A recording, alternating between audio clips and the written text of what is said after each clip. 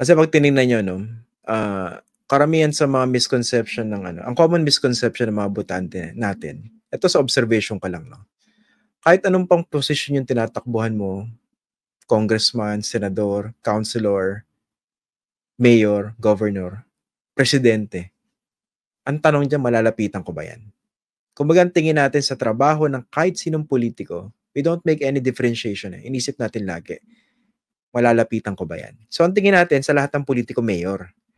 Ang problema, kung bubusisiin natin, kunwari isa kang kongresista, 'di mo naman trabaho mamigay ng ayuda, eh, hindi ba? Pero bakit ginagawa 'yon? Kasi napakalalim po ng problema natin sa tinatawag na patronage politics.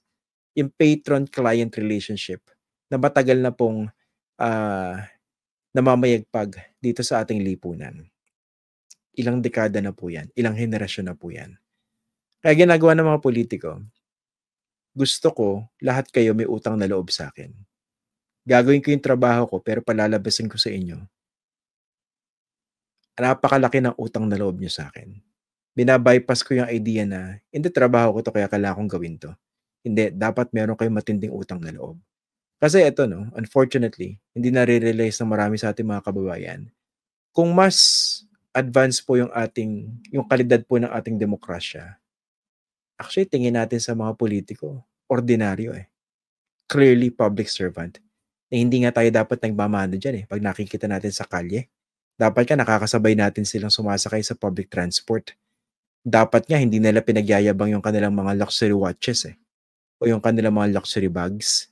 Eh, bakit tingnan niyo yung mga kongresista natin, 'di ba? Naka-display yung mga mamahaling relo, milyon-milyon yung halaga. Yung mga ibang babaeng politiko, pinagyayabang yung kanilang mga mamahalin na bag, tsaka mga designer clothes, yung kanilang mga mansyon. Tayo naman imbis na tanungin, bakit ang yayaman niyo? Parang tayo pa tingin natin sa kanila celebrity, eh. Kasi celebrity kung marangyayang buhay, wala tayong pakialam dun. Kasi mukhang hindi naman nila ninanakaw yun, eh. Pinagtrabahuhan naman nila. At hindi sila politiko, hindi sila public servant. Pero kung public servant supposedly sobrang yaman o lalong yumayaman habang nasa posisyon, hindi natin dapat tinatratong celebrity.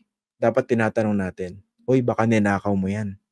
O kaya, "Ang hirap ng buhay ng maraming Pilipino. Hindi ba dapat medyo sensitive kayo? Huwag naman masyadong garapal." Ang ginagawa ngayon, bigyan ng ayuda, bigyan ng ayuda, bigyan ng ayuda. Of course, nakakatulong yung ayuda, pero at what cost?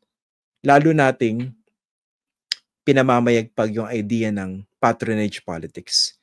Eh, galing naman sa mga bulsa natin yan, eh. Binibigay sa atin, pero hindi sinasabing, hindi, you deserve this. Sistema kasi ito dapat, no?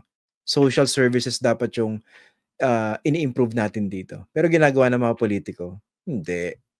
E-epal kami dyan para meron kayong malalim na utang na loob sa atin. At sino may promotor dyan? Siyempre, yung administrasyon ngayon.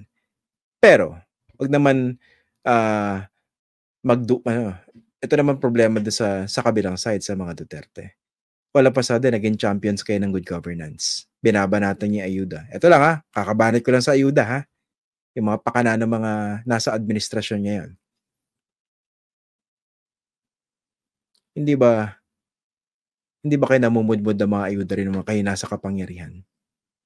Masasabi niyo ba you never engage in vote buying? O you never engage in patronage politics? Actually, lahat naman itong mga politikon to ginagago tayo, eh. Ang problema lang, kanya-kanya, pagalingan ng pagkumbinsi sa mga tao na kami yung matino, kami yung moral high ground. Pero lahat ginagago tayo, eh. Isipin niyo. Marami tayong mapupuna dito sa grupo ng Marcos Romualdez. Marami tayong mapupuna dito sa grupo ng mga Duterte. Yun lang, tingnan niyo yung confidential fund, no? Kung matino kang politiko, diba ipaliwanag mo yan, napakasimple. Sino si Mary Grace Piatos? Syempre, namamayagpag na naman dito yung mga trolls nila. Mamaya babasahin ko yung mga comments nyo ng mga walang hiya kayo. Hindi kayo nagpapakilala, comment kayo ng comment, eh. Tawag sa mga duwag. Diba? Lakas yung loob mag-comment na hindi nga kayo makapagpakilala. Ang tawag sa inyo, duwag. Diba? Ang pinupush na rin naratibo na, kowa ka ba? Confidential nga, eh. Kaya hindi tayo maasenso sa mga ganyang Walang hiyang mga trolls eh. 'Di ba? Tapos all of a sudden, 'di ba, recently, sabi ni Sara Duterte, suportado niya anti-dynasty bill. Tagal niya sa posisyon eh. Bakit hindi niyo sinulong? 'Di ba ng panahon ng kanyang tatay, si Rodrigo Duterte, 6 na taong presidente yan eh. Bakit hindi nila pinush yung anti-dynasty law? Ngayon, biglang pinag-uusapan yan. Alam niyo, sa totoo lang, huwag na tayong umasa na yung ating mga politiko magigising dyan kung sila lang ang tatanungin, hindi magigising yung mga yan. Problema, binobola pa tayo ng iba't iba, no? Pagtatanungin, susuportahan ko anti-dynasty. Susuportahan ko anti-dynasty. Iba naman ipapalusot, sabihan, wala kasing batas eh. Pero kung may batas, susunod kami. Ganon. Kung bawas-bawasan kaya yung pagiging ganid sa kapangyarihan muna, miski walang batas. Kunwari sa isang pamilya, hindi mo pwedeng dalawa lang muna. Problema lahat eh, sinasabay-sabay eh. Parang kailan yung magaling. Ang susi talaga yan, alam nyo. Magkaroon tayo ng matinding public pressure dito sa mga politiko natin. 'Di ba? Magkaroon tayo ng matinding public pressure para itong mga politiko natin magising. Kasi kahit matindi yung kanilang naratibo, kahit hawak nila yung mga infrastructures of disinformation, iba pa rin pag tayo, organically, yung kumilos at nag-demand ng pagbabago. Kunwari, demand natin, ipasa niyo na po yung anti-political dynasty law. Tapos i-point out natin yung hypocrisies ng iba't ibang mga politiko. Malaking bagay po yan. Darating yung panahon na baka may ilang magising. Diyan yung makikita rin ang isang politiko pag meron silang makikita niyo ang isang politiko kung merong mali sa kanya eh. Pag ang laki ng bagay nung yung meron siyang yung troll army. 'Di ba? Makikita niyo 'yan eh. Kumbaga yung behavior ng kanyang mga supporters, yung behavior ng kanyang troll army, that is reflective of the kind of person or politician that is. Yun. Diba?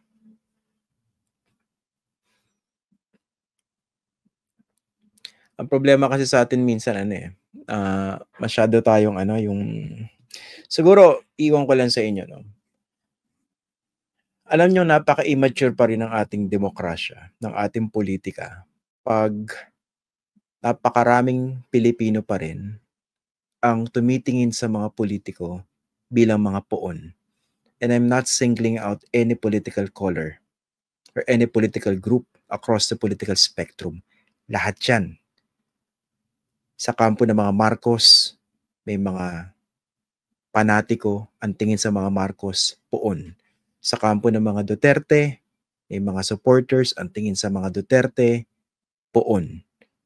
Sa kampo ng mga pink at ng mga dilawan, ang tingin sa mga namumuno doon, poon.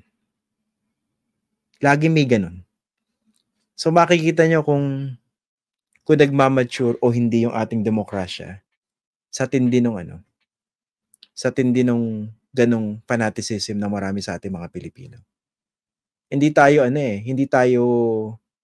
siguro parte na rin ng kultura natin, no? Masyado tayong personalistic. And of course, Filipinos are easily offended, 'di ba? Nagtatanim nga magkatitigan lang Iba nga nagpapatayan pa Oh. Yan ang isang challenge, no? Kunwari, ma-criticize ang isang politiko dahil sa isang lehitimong issue. Kung yung kanilang mga taga-supporters, kahit pa paano magiging bukas para silipin kung lehitimo yung issue na yun. At hindi basta-basta i-dismiss dahil tingin nila sa politiko nila, poon. Yun po. Ang problema, across the political spectrum, dami ko nakikilala. Ang tingin sa mga politiko, poon. Step up na. Medyo improve naman tayo ng konti. Kasi yung ganyan mentality, yan talaga yung ine-exploit ng mga politiko. Yan ang problema. Hay. Sa mga na-offend, okay lang. Ibig sabihin, tinamaan kayo. Ano man yung political color nyo. Kung na-offend kayo sa sinabi ko tungkol dun sa pagtrato sa mga politiko bilang poon, tinamaan kayo. Yun lang yun. Kasi kung hindi kayo ganun, hindi kayo magre-react eh. Diba? Kunwari ito, mag-quote ako rito. Sabihin ko, walang hiya talaga itong mga troll. Minsan may nagre-react eh, oh, hindi ako troll ha? Sinabi ko ba ikaw? Parang ano to, no? Isipin nyo. Ito lang try nyo. Isipin nyo maglagay ako ng sign, kunwari, ididikit ko sa poste. Yan sa, kunwari, sa isang kalye, lagay ko, bawal ang pangit. Tapos bigla may na-offend. Pinagpupunit yung yung pinost ko na papel. Pangit ka ba? Para ma-offend ka ron. Ganon kababaw yung diskurso natin. Nakakatawa, nakakainis. But it's a sad commentary of the kind of discourse that we have.